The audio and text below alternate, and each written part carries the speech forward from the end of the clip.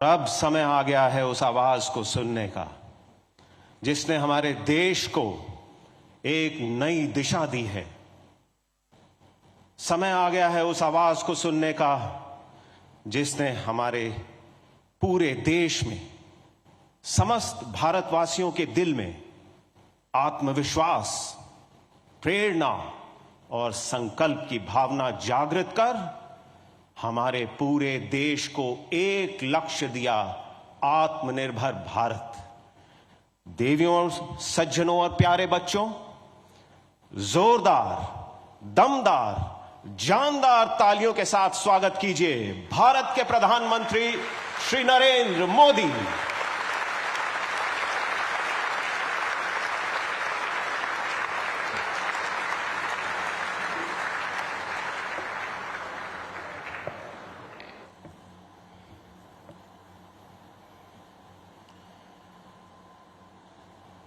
इस ऐतिहासिक कार्यक्रम में उपस्थित केरला के राज्यपाल श्रीमान आरिफ मोहम्मद खान, केरल के मुख्यमंत्री श्रीमान पिनाराई विजयन जी, देश के रक्षा मंत्री श्रीमान राजनाथ सिंह जी, केंद्रीय मंत्रिमंडल के मेरे अन्य सहयोगीगण, chief of naval staff admiral R Harikumar ji, MD Cochin shipyard, सभी विशिष्ट एवं गणमान्य अतिथिगण और इस कार्यक्रम में जुड़े मेरे प्यारे देशवासियों, आज यहां केरला के समुद्री तट पर भारत का हर भारतवासी एक नए भविष्य के सूर्योदय का साक्षी बन रहा है। आईएनएस विक्रांत पर हो रहा ये आयोजन विश्व क्षितिज पर भारत के बुलंद होते हौसलों की हुंकार है। आजादी के आंदोलन में हमारे स्वतंत्रता सेनानियों ने जिस सक्षम, समर्थ और शक्तिशाली भारत का सपना देखा था, उसी एक सशक्त तस्वीर आज हम यहां देख रहे हैं। विक्रांत विशाल है, विराट है, विहंगम है। विक्रांत विशिष्ट है, विक्रांत विशेष भी है। विक्रांत केवल एक युद्धपोत नहीं है, ये 21वीं सदी के भारत के परिश्रम, प्रतिभा, प्रभाव और प्रतिबद्धता का प्रमाण है।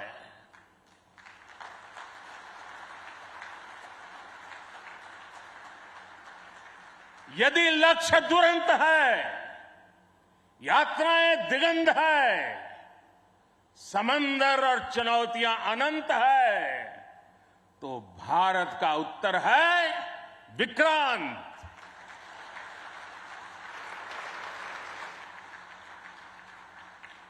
आजादी के अमृत महोत्सव का अतुलनीय अमृत है विक्रांत। आत्मनिर्भर होते भारत का अद्वितीय प्रतिबिंब है विक्रांत। ये हर भारतीय के लिए गर्व और गौरव का अनमोल अवसर है। ये हर भारतीय का मान, स्वाभिमान बढ़ाने वाला अवसर है। मैं इसके लिए हर एक देशवासी को बधाई देता हूं। साथियों, लक्ष्य कठिन से कठिन क्यों न हो, चुनौतियां बड़ी से बड़ी क्यों न हो, भारत जब ठान लेता है तो कोई भी लक्ष्य असंभव नहीं होता है।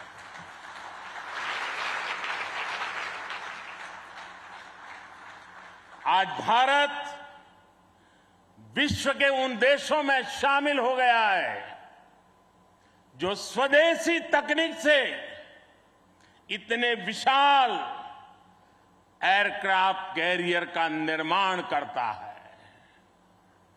आज आईएनएस विक्रांत ने देश को एक नए विश्वास से भर दिया है। देश में एक नया भरोसा पैदा कर दिया है। आज विक्रांत को देखकर समंदर की ये लहरें आह्वान कर रही है, अमर्त्य वीर पुत्र हो, अमर्त्य वीर पुत्र हो, दृढ़ प्रतिज्ञ सोच लो, प्रशस्त पुण्य पंथ है, प्रशस्त पुण्य पंथ है। बढ़े चलो, बढ़े चलो, बढ़े चलो।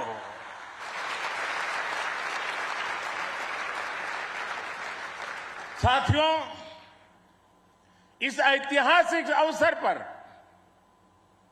मैं भारतीय नौसेना का कोचिन शिपयार्ड के सभी इंजीनियर्स, वैज्ञानिकों और मेरे श्रमिक भाई बहनों का अभिनंदन करता हूं जिन्होंने इस सपने को साकार किया है। केरला की पुण्य भूमि पर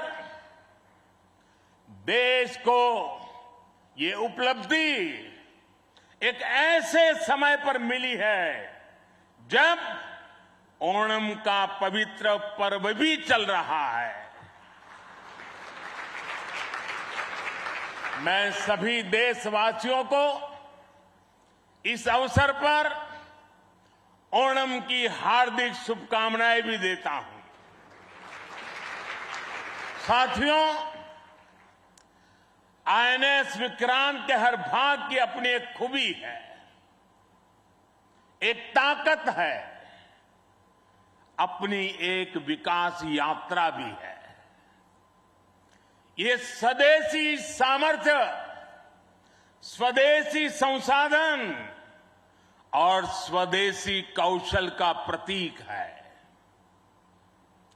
इसके एयरबेस में जो स्टील लगी है वो स्टील भी स्वदेशी है। ये स्टील डीआरडीओ के वैज्ञानिकों ने विकसित किया, भारत की कंपनियों ने प्रोड्यूस किया। एक युद्धपोत से भी ज्यादा एक तैरता हुआ एयरफील्ड है, एक तैरता हुआ शहर है। इसमें जितनी बिजली पैदा होती है उससे 5000 घरों को रोशन किया जा सकता है। इसका फ्लाइट डेक भी 2 फुटबॉल ग्राउंड के बराबर है। विक्रांत में जितने केबल्स और वायर्स इस्तेमाल हुए हैं वो कोची से शुरू हो तो काशी तक पहुंच सकते हैं।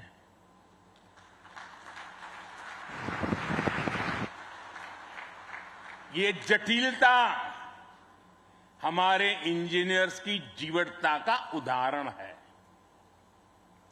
मेगा इंजीनियरिंग से लेकर नैनो सर्किट्स तक पहले जो भारत के लिए अकल्पनीय था वो हकीकत में बदल रहा है। साथियों, इस बार स्वतंत्रता दिवस पर मैंने लाल किले से पंच प्राण का आह्वान किया और हमारे हरि जी ने भी इसका उल्लेख किया। इन पंच प्राणों में पहला प्राण है विकसित भारत का बड़ा संकल्प। दूसरा प्राण है गुलामी की मानसिकता का संपूर्ण त्याग। तीसरा प्राण है अपनी विरासत पर गर्व। चौथा और पांचवा प्राण है देश की एकता, एकजुटता और नागरिक कर्तव्य। आईएनएस विक्रांत के निर्माण और इसकी यात्रा में हम इन सभी पंच प्राणों की ऊर्जा को देख सकते हैं। आईएनएस विक्रांत इस ऊर्जा का जीवन संयंत्र है। अभी तक इस तरह के एयरक्राफ्ट कैरियर केवल विकसित देश ही बनाते थे। आज भारत ने इस लीग में शामिल होकर विकसित राष्ट्र की दिशा में एक और कदम बढ़ा दिया है। साथियों, जल परिवहन के क्षेत्र में भारत का बहुत गौरवमयी इतिहास रहा है। हमारी समृद्ध विरासत रही है। हमारे यहां नौकाओं और जहाजों से जुड़े श्लोकों में बताया गया है,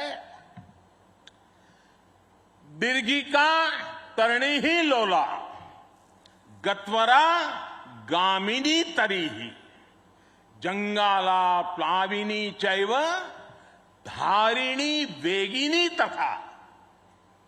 ये हमारे शास्त्रों में इतना वर्णन है। दीर्घिका, तरुणी लोला, गत्वरा, गामिनी, जंगाला, प्लाविनी, धारिणी, वेगिनी। हमारे यहां जहाजों और नौकाओं के अलग अलग आकार और प्रकार होते थे। हमारे वेदों में भी नौकाओं, जहाजों और समुद्र से जुड़े कितने ही मंत्र आते हैं। वैदिक काल से लेकर गुप्त काल और मौर्य काल तक भारत के समुद्री सामर्थ्य का डंका पूरे विश्व में बजता था। छत्रपति वीर शिवाजी महाराज ने इस समुद्री सामर्थ्य के दम पर ऐसी नौसेना का निर्माण किया जो दुश्मनों की नींद उड़ाकर रखती थी।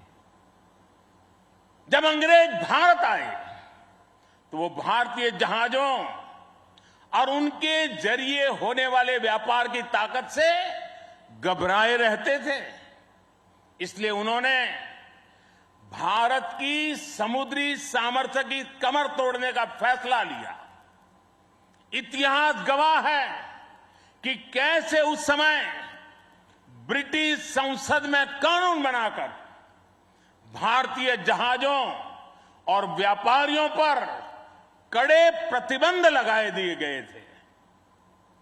भारत के पास प्रतिभा थी, अनुभव था, लेकिन हमारे लोग इस कुटिलता के लिए मानसिक रूप से तैयार नहीं थे। हम कमजोर पड़े और उसके बाद गुलामी के कालखंड में अपनी ताकत को धीरे धीरे भुला बैठे। अब आजादी के अमृत काल में भारत अपनी उस खोई हुई शक्ति को वापस ला रहा है। उस ऊर्जा को फिर से जगा रहा है। साथियों, आज 2 सितंबर 2022 की ऐतिहासिक तारीख को इतिहास बदलने वाला एक और काम हुआ है। आज भारत ने गुलामी के एक निशान, गुलामी के एक बोझ को अपने सीने से उतार दिया है। आज से भारतीय नौसेना को एक नया ध्वज मिला है। अब तक भारतीय नौसेना के ध्वज पर गुलामी की पहचान बनी हुई थी, लेकिन अब आज से छत्रपति शिवाजी महाराज से प्रेरित नौसेना का नया ध्वज समंदर और आसमान में लहराएगा।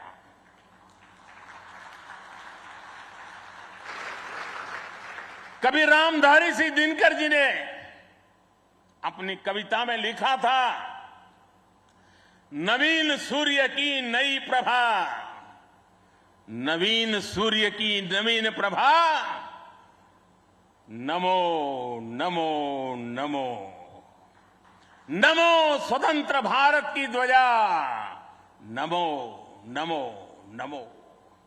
आज इसी ध्वज वंदना के साथ मैं ये नया ध्वज नौसेना के जनक छत्रपति वीर शिवाजी महाराज को समर्पित करता हूं।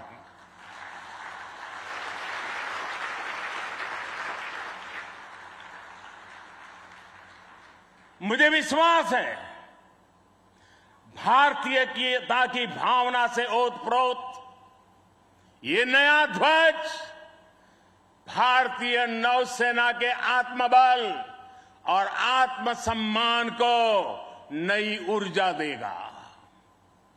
साथियों, हमारी सेनाओं में किस तरह बदलाव आ रहा है, उसका एक और अहम पक्ष मैं सभी देशवासियों के सामने रखना चाहता हूं।